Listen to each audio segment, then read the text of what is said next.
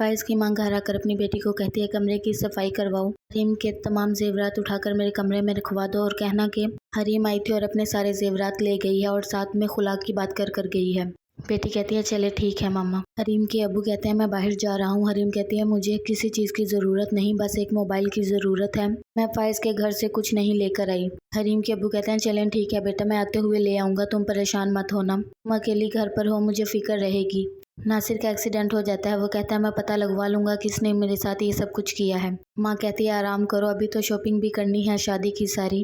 ناصر کہتا ہے میں بستر پر پڑنے والا نہیں ہوں، شادی بھی دھوم دھام سے ہوگی اور سارے کام بھی ہوں گے۔ ماں کہتی ہے آرام کر لو فی الحال۔ فائز گھر آتا ہے، ماں کہتی ہے میں تمہارا صدقہ دے لوں پہلے۔ فائز کہتا ہے ماں دکھاوا نہیں کرتے جب صدقہ دیتے ہیں، جس پر اس کی ماں کہتی ہے بیٹا میں دکھاوا کیوں کروں گی۔ فائز یہ کہہ کر چلا جاتا ہے اپنے کمرے میں اور اس کی بھابھی مسکراتی ہے اپنی ساس کی طرف دیکھ کر۔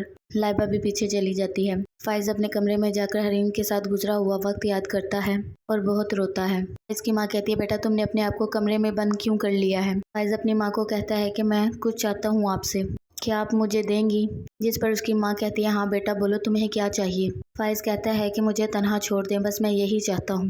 فائز کی ماں پھر کہتی ہے بیٹا ایسے تو نہیں، اپنوں کی اپنائیت ہوتی ہے اس دکھ میں باہر نکلنے کے لیے۔ فائز کہتا ہے میں اونچی پہاڑی سے زمین کے تلے آ گیا ہوں، مجھے اب اور کچھ نہیں چاہیے، بس مجھے اکیلا چھوڑ دیں۔ جس پر اس کی ماں کہتی ہے بیٹا تمہیں کچھ بتانا تھا، حریم آئی تھی اور آ کر اپنا سارا سامان لے گئی ہے، ایک سوئی بھی نہیں چھوڑی۔ فائز کہتا ہے چلیں ٹھیک ہے آپ جائیں یہاں سے۔ ماں کو بڑا تعجب ہوتا ہے کہ فائز نے کوئی ریئیکٹ کیوں نہیں کیا۔ جاتے وقت اس کی ماں کہتی ہے بیٹا تم اپنی بھی چیزیں دیکھ لینا، کہیں تمہاری چیزیں نہ اٹھا کر لے گئی ہو۔ فائز اپنی ماں کو کہتا ہے کہ آپ جائیں یہاں سے۔ حریم کے ابو موبائل لے کر آتے ہیں اور کہتے ہیں کہ ہمیں روفی کو سب کچھ بتا دینا چاہیے بیٹا۔ حریم کہتی ہے نہیں بھائی پریشان ہو جائیں گے، آپ کچھ مت بتائیں انہیں۔ حریم چائے بنا کر لے کر آتی ہے، اس کے ابو کہتے ہیں کہ ہمیں فائز سے بات کرنا ہوگی، اس طرح تو کوئی غلط فہمی دور نہیں ہوگی۔ حریم کہتی ہے نہیں ہم کوئی بات نہیں کریں گے ان سے، آپ نے بھی تو مجھ پر یقین کیا ہے، میں نے آ کر آپ کو ساری بات بتائی، آپ نے مجھ پر یقین کیا، فائز نے کیوں نہیں کیا۔ فائز موبائل اٹھاتا ہے اور حریم کو کال کرنا شروع کر دیتا ہے۔ حریم کا موبائل فائز کی امی کے پاس ہوتا ہے۔